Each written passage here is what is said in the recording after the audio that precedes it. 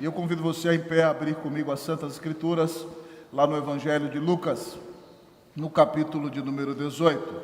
Nós estamos ouvindo a exposição deste capítulo das Escrituras.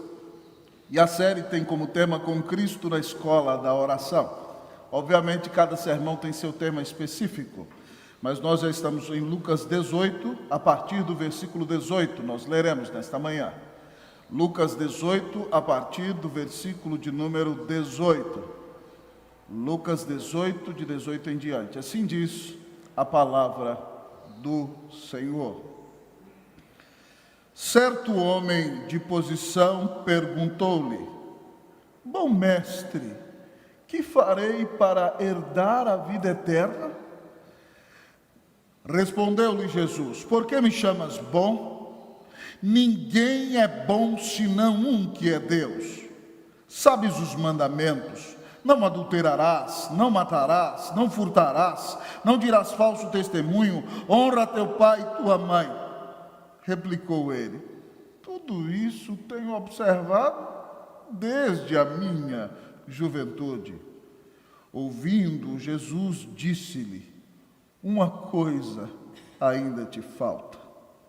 Vende tudo o que tens, dá aos pobres e terás um tesouro nos céus. Depois vem e segue-me. Mas ouvindo ele estas palavras, ficou muito triste, porque era riquíssimo. Oremos ao Senhor. Bendito Senhor, ser propício a nós, pecadores. Pai, tem misericórdia de nós nessa manhã. Nós estamos aqui, Pai, para ouvir a Tua palavra. E pedimos ao Senhor que toda a glória seja dada ao nome de Jesus. Pai, sabemos que o Senhor nos aceita por causa da obra do Redentor, não pelo nosso próprio desempenho. Pelo contrário, se nós temos algum dom, ele vem do Espírito do Senhor. Ele não vem de nós. E eu quero pedir ao Senhor, então, que lave nossas mentes, nossos corações, e que nada, aqui no templo e na casa de nossos irmãos, faça separação entre o Senhor, nosso Deus, e nós. Que essa manhã seja uma manhã de encontro vivo e pessoal contigo. E eu quero pedir, Senhor, que o Senhor resplandeça a luz da glória de Deus que brilha na face de Cristo diante do teu povo. Abra os olhos do coração do teu povo. Não foi à toa que cantamos essa canção. Ó Deus, cantamos porque desejamos que o Senhor abra os olhos, ó Deus, pelo mover do Teu Espírito Santo, para que as pessoas de olhos abertos enxerguem a Cristo e recebam seu perdão, sua alegria, sua paz e a vida eterna que só Ele pode dar. Pai, fala conosco pelas Escrituras, exalta o Teu nome, o nome de Cristo, e move-te com poder por meio do Espírito Santo nesta hora. Nós te pedimos, nós te imploramos, orando, Pai, em nome do Senhor Jesus. Amém. Podem sentar-se, irmãos e irmãs. Meus irmãos e minhas irmãs, uma das coisas mais tristes que podem acontecer é o fato de que alguém frequente a igreja a vida inteira e não tenha Cristo no seu coração. Talvez essa é a maior tragédia que nós podemos ver. Alguém que está tão perto de Deus, frequenta o culto, busca a adoração, mas nunca experimentou um verdadeiro arrependimento. Nunca experimentou o mover do Espírito Santo em sua vida.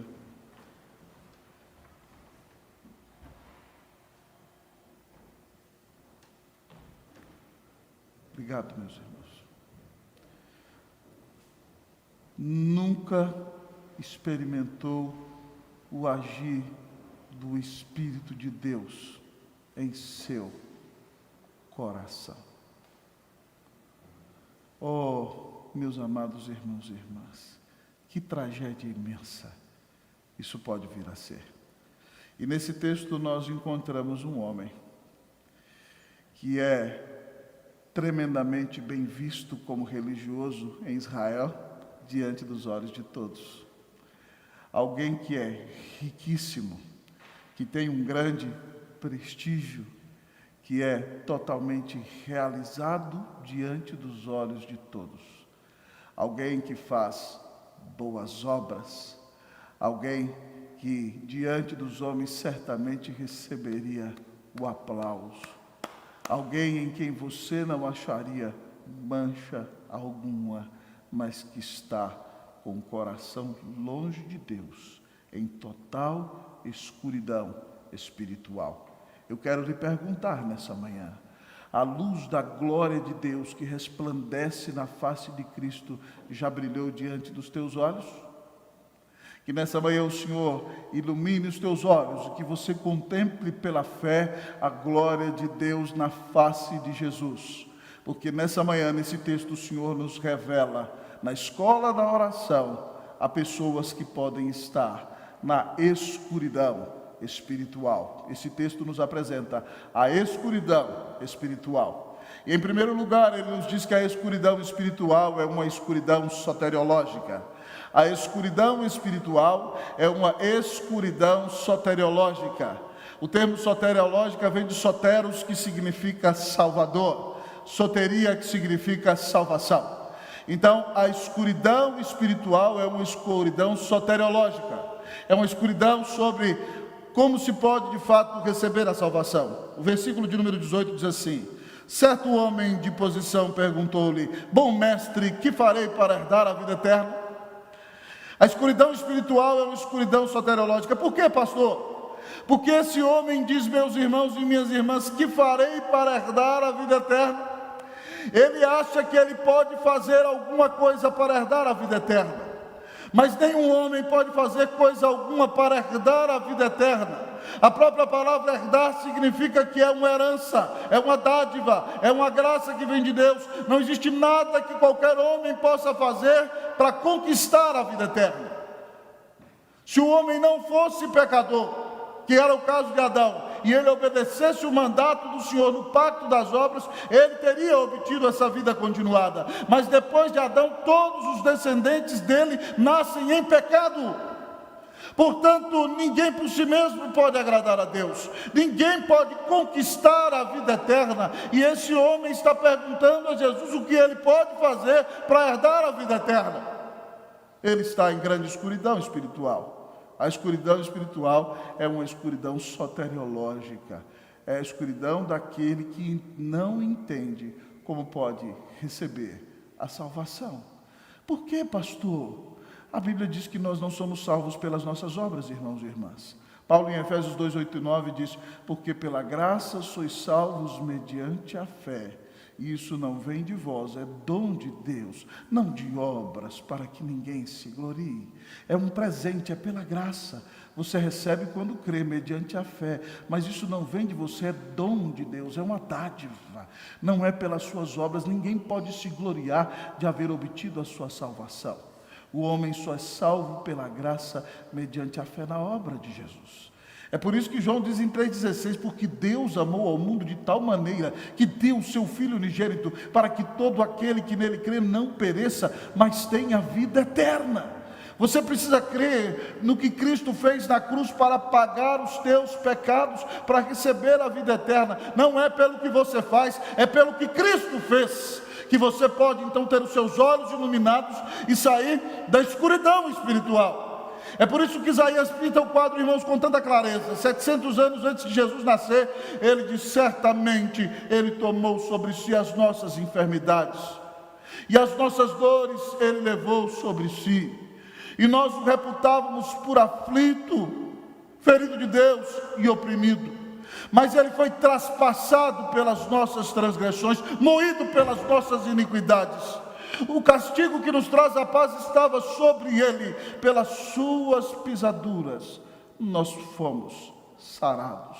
Pecador, você só recebe a salvação porque Deus te amou antes da fundação do mundo e mandou o Filho dele morrer na cruz do Calvário para pagar os teus pecados. Porque Cristo recebeu a ira no teu lugar, você não é jogado no inferno. Mas porque Cristo recebeu a ira no teu lugar, quando você recebe a obra do Espírito Santo no seu coração e crê, então você recebe de graça a salvação na sua vida. Não é pelo que você faz. Nenhum homem por si mesmo pode herdar a vida eterna. Quem acha que por suas obras, pelo que realiza, vai se tornar aceitável diante de Deus, incorre em grande erro e está em cegueira espiritual. Quando nós fazemos as coisas, irmãos, para sermos reconhecidos e aceitos pelos homens, nós estamos incorrendo em grande erro. Uma vez, amados irmãos, um grande pregador desse país, que é meu amigo, disse que foi pregar no aniversário de uma igreja. E ali então estava uma mulher que fez um grande bolo. E o pastor terminou o culto, ficou agradecendo. E não agradeceu a ela. E o pregador estava sentado, ela falou assim: não acredito. Ela atrás do pregador: não acredito que ele não vai agradecer pelo bolo. Eu tive tanto trabalho para fazer aquele bolo, não acredito. Pois o ano que vem não tem bolo nessa igreja, já que ele não me agradeceu. Veja bem que ela queria ser reconhecida. Ela não queria ficar no anonimato. Ela fez o bolo para ela. Ela não fez o bolo para Cristo. Ela fez o bolo para receber aplauso. Ela não se satisfazia com a obra de Cristo. Ela precisava ser reconhecida para entender que era aceita diante dos homens. Ela não entendeu nada do Evangelho. Você não é salvo pelo que faz. Você não precisa ser reconhecido pelo que faz. Foi Cristo quem te salvou. E se você recebeu a salvação, você não precisa que reconheça o seu bolo. Você já recebeu a maior de todas as bênçãos. Você tem a presença do Espírito no seu coração. Você tem a vida eterna em sua vida. Que o Senhor ilumine os seus olhos. Em nome de Jesus. Amém. Mas a escuridão espiritual, amados irmãos, além de ser uma escuridão soteriológica, ela é uma escuridão teológica. A escuridão espiritual é uma escuridão teológica. Olha o que diz o homem no início do versículo 18. Certo homem de posição perguntou-lhe: bom mestre. Jesus lhe respondeu o seguinte, no versículo 19: por que me chamas bom? Ninguém é bom senão um, que é Deus. Aquele homem, aquele jovem rico, próspero, reconhecido pelos homens, chegou a Jesus em tom de bajulação, dizendo: bom mestre, que farei para herdar a vida eterna? Ele chamou Jesus de bom mestre. E Jesus diz a ele o seguinte: por que me chamas bom? Ninguém é bom senão um, que é Deus. Será que Jesus estava em crise existencial aqui? Será que ele está duvidando que ele é Deus? Não, meu irmão. Justamente ele está confrontando a escuridão espiritual na qual esse homem está. Porque para ele Jesus Cristo é meramente um mestre humano. Então, se Jesus Cristo é um mestre humano, ele não pode chamar a Jesus de bom. Porque quem é essencialmente bom só é Deus. Jesus sabe que é Deus e não duvidou disso em nenhum momento. Mas o Senhor está confrontando a incredulidade do coração daquele homem, porque ele está diante do Filho de Deus e não acredita que Jesus é o Filho de Deus, não acredita que Jesus é o próprio Deus. Ele acredita que Jesus é um mestre meramente humano. Por isso ele diz: bom mestre. Mas Jesus diz: por que me chamas bom? Tu não podes chamar a homens de bons. Bom em essência é um só, e esse bom é o próprio Deus. Esse homem tem uma cegueira teológica. O próprio Deus feito homem, sem deixar de ser Deus, está diante dele e ele acha que está na presença de um profeta humano. A cegueira teológica é aquela que não enxerga que Jesus é Deus homem, o Filho de Deus, que veio ao mundo morrer na cruz para pagar os nossos pecados. A escuridão espiritual é uma escuridão soteriológica, mas é uma escuridão teológica na vida daquele que não enxerga a Jesus como o Filho de Deus, como seu único Senhor e Salvador. Há muitos anos atrás, irmãos, um livro fez muito sucesso nos Estados Unidos da América, eu tenho sua versão em português, escrito pelo rabino famosíssimo judeu americano Harold Kushner. E o nome do livro é Por que coisas ruins acontecem a pessoas boas? Por que coisas ruins acontecem a pessoas boas? Eu amo o comentário do Dr. Sproul, que agora já está na glória com o Senhor Jesus, grande teólogo sistemático. Ele diz, fazendo uma paródia desse livro, um comentário desse título, ele diz: por que coisas ruins acontecem a pessoas boas? Isso só aconteceu uma vez na história da humanidade. E essa pessoa boa não reclamou. O único que é bom é Jesus. O único que não tem sombra de variação nem mudança alguma. O único que é santo, santo, santo, como nós cantamos aqui, é Jesus. E quem não enxerga que Ele é Deus, padece da escuridão espiritual. Está em trevas, tentando apalpar para saber por onde andar. E ainda que esteja na igreja, quem não crê que Cristo é o Filho de Deus, o único mediador entre Deus e os homens, está em grande escuridão espiritual. Pastor, como sair dessa escuridão? É como matar a sede da sua alma. Todo homem tem no coração um vazio do tamanho de Deus. E Jesus, falando sobre o preenchimento desse vazio, disse assim lá em João 7, 37 e 38, se alguém tem sede, venha a mim e beba. Quem crê em mim, como diz a Escritura, do seu interior fluirão rios de água viva. Se você quer ter o vazio da alma saciado, você precisa crer em Jesus, como diz a Escritura. Você precisa crer que Ele é o Filho de Deus, e o termo Filho de Deus significa que Ele tem a mesma natureza de Deus. Significa que Ele é Deus, homem, Deus Salvador, o único mediador entre Deus e os homens. Mas se você quer que a luz resplandeça diante dos seus olhos, você precisa crer que Jesus Cristo é o Filho de Deus que te amou e morreu na cruz para pagar os teus pecados, recebeu a ira de Deus no seu lugar, o castigo que você merecia, Ele recebeu na cruz. E se você crê nele, a luz do Evangelho brilha diante dos seus olhos e você é tirado da escuridão e é trazido para o reino do Filho do seu amor, o reino da luz, o reino de nosso Senhor Jesus. Que Deus tire você da escuridão espiritual, em nome de Jesus. Que o Senhor abra os teus olhos e que você reconheça a Jesus como teu único Senhor e Salvador, como Filho de Deus, como aquele que morreu na cruz para pagar os teus pecados. Que Deus ilumine os teus olhos, em nome de Jesus. Amém. Você consegue ver? Ou está tateando no escuro? A escuridão espiritual é uma escuridão soteriológica. A escuridão espiritual é uma escuridão teológica. Mas a escuridão espiritual é uma escuridão antropológica. A escuridão espiritual é uma escuridão antropológica. Leiamos o versículo de número 20 e 21. Diz assim o texto: sabes os mandamentos: não adulterarás, não matarás, não furtarás, não dirás falso testemunho, honra a teu pai e a tua mãe.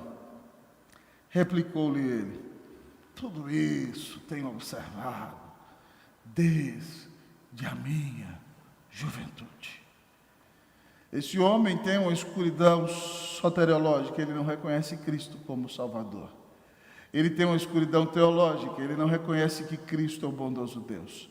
Mas ele tem uma escuridão antropológica, ele se acha bom. O Senhor Jesus fala para ele: você sabe os mandamentos? Sabe? Tem que obedecer perfeitamente. Não adulterarás, não matarás, não furtarás, não dirás falso testemunho, honra teu pai e tua mãe.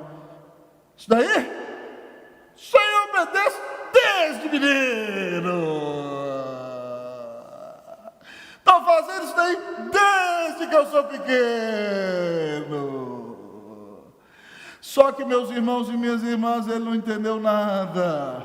Ele acha que a obediência é uma atitude estereotipada. E já que ele tem uma conduta exemplar, ele nunca matou ninguém. Ele nunca foi para a cama com a esposa de ninguém. Ele nunca roubou ninguém. Ele nunca deu falso testemunho em juízo de ninguém. Ele honrou o pai e a mãe dele. Mas ele não considera que o pecado brota na alma e nasce no coração. Então, para ele, essas são só regras de condutas que o homem deve seguir, regras exteriores, como acreditavam os fariseus dos dias de Jesus. Se ele fizesse uma análise no seu coração e entendesse que se um homem desejar uma mulher de maneira impura, ele já adulterou com ela. Se ele entendesse o que Jesus disse, que se você odiar o seu irmão e chamá-lo de tolo, de idiota, você merece ir para o inferno. Então ele não diria essas coisas que está dizendo aqui. Se ele já desejou ou quis acabar com a vida de alguém, o pecado, irmão, não é só o estereótipo. O pecado nasce na alma, nasce no âmago, nasce no coração. Porque o ser humano é pecador. E quando Jesus o confronta com a lei, ele deveria fazer uma análise sincera do seu coração, mas ele olhou só para a conduta exterior e ele achou que ele era bom. Ele está numa escuridão antropológica. O homem, meu irmão, minha irmã, é pecador. A Bíblia diz em Romanos 3:23, porque todos pecaram e estão destituídos da glória de Deus. A glória de Deus não resplandece mais no homem natural. O Espírito do Senhor não habita no homem natural. Oh, meu querido amigo e irmão, ele está destituído da glória de Deus. Ele tem a imagem de Deus ainda, mas é caída, é quebrada. E para que essa imagem seja restaurada, ele precisa, de fato, receber a regeneração do Espírito Santo. E receber uma nova natureza e crer em Jesus e receber o perdão e a salvação. Só assim, então, ele tem uma imagem restaurada que será glorificada no dia final. Mas esse homem se acha bom. E é impressionante que, se você prestar bastante atenção, o Senhor Jesus escondeu um dos mandamentos da segunda tábua da lei. Nós vamos tratar no último argumento desse sermão. Não cobiçarás, porque cobiçar é algo do íntimo, é algo do coração, é algo do que esse homem não poderia fugir. Não pode ser só algo estereotipado, mas esse homem tem uma terrível cegueira espiritual, uma cegueira antropológica. Uma escuridão espiritual é a escuridão antropológica. Querido, Paulo em Efésios 2:1 diz que ele nos deu vida quando nós estávamos mortos em nossos delitos e pecados. O homem sem Deus está morto espiritualmente. E a Bíblia diz que ele é filho da ira. E a Bíblia diz que quem não tem Cristo em seu coração está debaixo da influência do príncipe da potestade do ar, está debaixo da influência de Satanás. E é filho da desobediência como os demais. Que quadro trágico. Quem não tem Cristo está morto, está debaixo do domínio de Satanás, anda na turma dos desobedientes, dos contrários a Deus, está debaixo da ira de Deus. E Paulo é mais específico ainda, para dizer que os homens que adoram a criatura em lugar do Criador, foram entregues às suas próprias paixões e fazem o que se lhe dá na cabeça. Quem está entregue às suas próprias paixões está debaixo da ira de Deus. Deus disse: vai lá, peque, se arrebente, faça o que você quer. Querido amigo e irmão, esse é o homem. Ele é pecador. Ele está debaixo da ira de Deus. As pessoas têm que parar de pensar que elas são boas. O ser humano tem que parar de pensar que ele é bom. Um dos grandes problemas, irmãos, da história da humanidade no início do século XX é que as pessoas diziam: nós não precisamos da religião. Nós chegamos a um patamar de civilização altíssimo na história da humanidade. A ciência tem se desenvolvido muito, a tecnologia avança. As ideias de Friedrich Nietzsche, que dizia que Deus está morto, reinavam naqueles dias.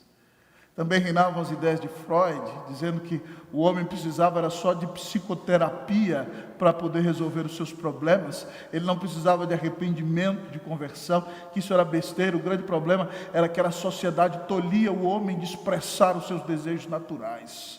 Então, e além disso, o evolucionismo dizia que não havia criador, que o homem foi desenvolvendo por si mesmo. E esses três grandes pensamentos, o niilismo, a morte de Deus, a psicoterapia, que dizia que o homem não precisa de arrependimento, e o evolucionismo, que dizia que Deus não existe e o homem não foi criado, fizeram com que o mundo entrasse num otimismo imenso, dizendo que não precisava de Deus, até que, no início do século XX, antes de 1920, começa no mundo a Primeira Guerra Mundial. Milhares de pessoas morreram. Alguns ainda se achavam otimistas com respeito ao ser humano, mas de repente vem a Segunda Guerra Mundial, que mata muita gente. Mais de 6 milhões de judeus foram assassinados, irmãos, nos campos de concentração. O mundo, amados irmãos, entrou em guerra e em colapso. E você encontra autores que no início do século XX acreditavam na bondade humana. No final, depois da Segunda Guerra Mundial, eles escreviam dizendo: que coisa horrível, o homem é a coisa mais trágica, mais absurda, mais falível. O homem é uma vergonha, o ser humano é pecador. Meu irmão, minha irmã, se Deus te entrega a tua própria sorte, preste atenção, você é capaz de cometer as piores atrocidades que existem. Se a graça do Senhor não nos refreasse, amados irmãos, nós estaríamos totalmente longe do Senhor. Então nós deveríamos, amados irmãos, olhar para a nossa vida. Há pessoas que são muito boas em viver julgando os demais, mas antes de julgar os outros, você deveria julgar a si mesmo. Porque se você fizer uma sincera análise da sua vida, uma sincera análise do seu coração, você vai saber o quanto você é pecador, o quanto você é miserável. Um dia, amado irmão, eu vi uma pessoa reclamar com um pastor, dizendo: pastor, fulano está falando mal de mim, não sei o que, e tal, irado, com raiva. Aí o pastor falou assim: rapaz, não liga para isso não. Fala para ele o seguinte: você está falando mal de mim? Coitado de você, você não sabe nem a metade. Se você conhecesse tudo que está no meu coração, aí você ficaria escandalizado. Então o que você está falando é só um pedacinho. Você está falando besteira demais. Eu sou muito pior do que isso que você está falando. Pare com isso, meu irmão. Só nesse caso, tire a máscara. Não tire aqui no culto agora não, tá? Tire a máscara. Diante de Deus, você tem que parar de achar que você é bom e reconhecer os seus pecados e se arrepender deles e confessar ao Senhor e pedir o seu perdão. Que Deus tenha misericórdia da tua vida, da minha vida, da nossa vida.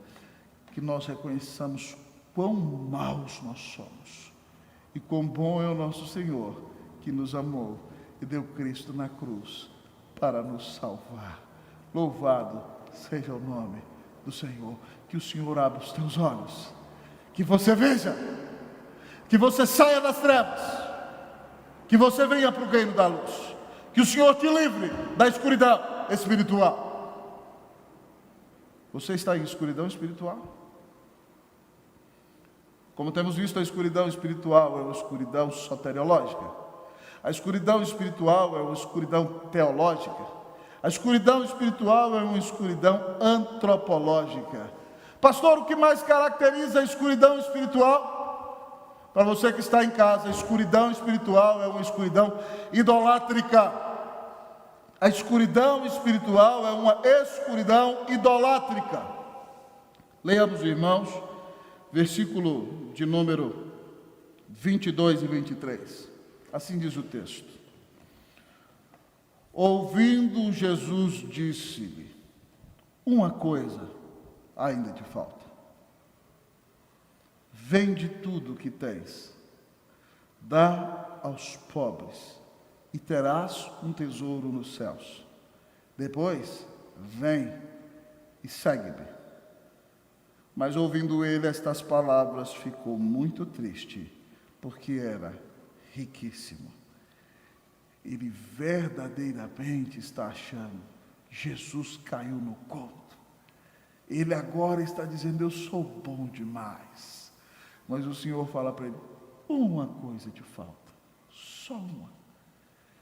Pega tudo que você tem, vende dá de oferta para os pobres, vai ter um tesouro no céu. Depois esquece tudo isso e vem atrás de mim, me segue. A Bíblia nos conta, irmãos, que aquele moço continuou triste. Ouviu ele essas palavras, saiu e ficou muito triste, porque era riquíssimo. Jesus desmascara o farisaísmo aqui de uma maneira tremenda. O farisaísmo daquele homem, daqueles dias, e das pessoas que vêm à igreja e se acham boas nos dias de hoje. Porque Jesus vai ao coração daquele homem e mostra para ele que ele tem um problema no coração. Ele fez do dinheiro o Deus dele. Ele cobiçou aquele dinheiro que estava sob a sua propriedade, como se o dinheiro fosse Deus. E ele não entendeu que quando você quebra um dos mandamentos, você quebra todos os outros 9. E os 10 mandamentos estão vigentes para nós no dia de hoje. Nós não nos salvamos por eles, mas são parâmetro do amor a Deus e do amor aos irmãos. Então, meus queridos irmãos, ele não entendeu que quando você quebra um, você quebra todos. E ele então cobiçou, e ele pecou mais, ele colocou outro Deus diante do Senhor e diante de Jesus. O dinheiro era o Deus dele. Quando ele tinha riqueza, tinha prestígio, tinha apoio, tinha reconhecimento, mas tinha um vazio na alma, porque lhe faltava o Senhor. Então o Senhor Jesus lhe mostrou que o seu grande problema é que ele cobiçava e ele fazia do dinheiro o seu Deus. E se alguém faz do dinheiro o seu Deus, jamais vai entrar no reino de Deus. Aquele homem desmascarado deveria ter se ajoelhado e clamado a misericórdia do Senhor. Mas ele amou mais o seu dinheiro e foi para o inferno sem o seu dinheiro. Essa é a pior das ilusões. Porque ele achou que ficaria com o seu dinheiro, mas quando ele morreu, a alma foi jogada no inferno e o dinheiro dele permaneceu aqui. E ele escolheu o dinheiro e não escolheu o Senhor. Louco, disse Jesus, essa noite vão pedir a tua alma. O que você tem em depósito, o que adiantará? Você não pode levar nada dessa vida. Você pode até fazer uma garagem dentro do seu sepulcro e estacionar o seu Rolls Royce lá. Mas você apodrece dentro do Rolls Royce, o espírito só vai para Deus. Só vai para Deus o espírito daquele que creu que Jesus Cristo é o Filho de Deus, que entendeu a sua maldade, que entendeu o grande amor do Senhor e creu em Jesus e reconheceu a Jesus Cristo como seu único Senhor e Salvador. Eu quero lhe perguntar, meu irmão, minha irmã, existe alguma coisa que você está colocando no lugar de Deus? Se você coloca qualquer coisa no lugar de Deus, você é um idólatra. Muitas vezes nós protestantes costumamos recriminar os romanistas e nós não acreditamos nisso mesmo. A Bíblia diz que nós não devemos orar a imagens. O segundo mandamento diz que não devemos fazer imagens de escultura, muito menos dirigir as nossas orações a elas. Isso é contrário às Escrituras. E nós recriminamos quem faz isso. Mas todas as vezes que você coloca algum desejo seu, algum projeto seu, alguma pessoa, algum bem, ou até você mesmo, no lugar de Deus, você está fazendo a mesma coisa. Você está colocando ídolos diante do teu coração. Você já falou essa frase assim: se o Senhor não me der isso, eu vou ficar com muita raiva de Deus. Se o Senhor não me der aquela mulher, Jesus, eu vou ficar bravo com o Senhor, eu vou sair da igreja, porque o Senhor não responde as minhas orações. O Deus é a mulher, já era. Se o Senhor não responder essa oração minha, eu vou ficar com raiva do Senhor, vou me afastar de ti, o Senhor não me ama. O Senhor não vai responder. Porque o Senhor nunca vai deixar ninguém ocupar o lugar dele na tua vida. Então, quando você já fez essa oração, já perdeu de cara, playboy. Porque Deus não vai responder essa oração. Você já perdeu. O Senhor não divide o lugar dele na tua vida com ninguém, nem com você mesmo. Então não adianta ficar chateado com Deus porque você não é a pessoa mais rica desse mundo, porque o Senhor prometeu dar para você aquilo que você precisava para o seu sustento. Não adianta ficar chateado com Deus se você não é a pessoa mais aplaudida desse mundo, porque a glória pertence ao Senhor e não a você.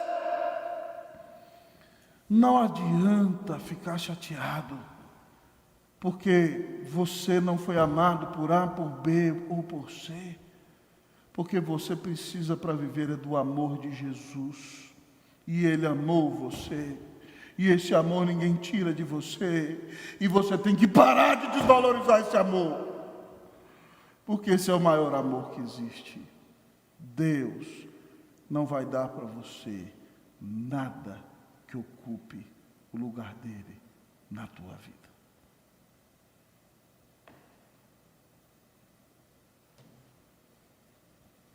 Que o Senhor tenha misericórdia de mim e de você. Pastor, então eu não posso ter bênçãos, eu não posso ter um dinheirinho, não posso querer tirar umas férias, não posso ter uma esposa linda, um esposo lindo, não posso ter filhos, pastor. Pode. Mas há uma frase do Dr. Timothy Keller que eu acho maravilhosa. Ele diz o seguinte, no seu livro Significado do Casamento e no seu livro Deuses Falsos, que você só pode amar a sua esposa corretamente se você amar a Deus sobre todas as coisas. E é verdade, sabe por quê? E eu estou falando de esposa aqui, se aplica a tudo. Porque se você não amar a Deus sobre todas as coisas, você pode amar a sua esposa mais do que a Deus. E aí você vai beijar o chão que ela pisa. E aí o que vai acontecer é o seguinte, no dia em que ela fizer alguma coisa errada, ou não suprir alguma expectativa sua, você vai ficar irado, porque você fez dela o seu Deus, e ela não é Deus. E quando ela não é Deus, ela não vai suprir as suas necessidades mais íntimas, então você vai querer esmatá-la. Você não fez o que eu esperava! Porque você fez dela o seu Deus. Mas o outro perigo, quando você não coloca Deus sobre todas as coisas, é que você se faz Deus sobre ela. Então você quer pisar nela. Você faz dela somente o seu objeto.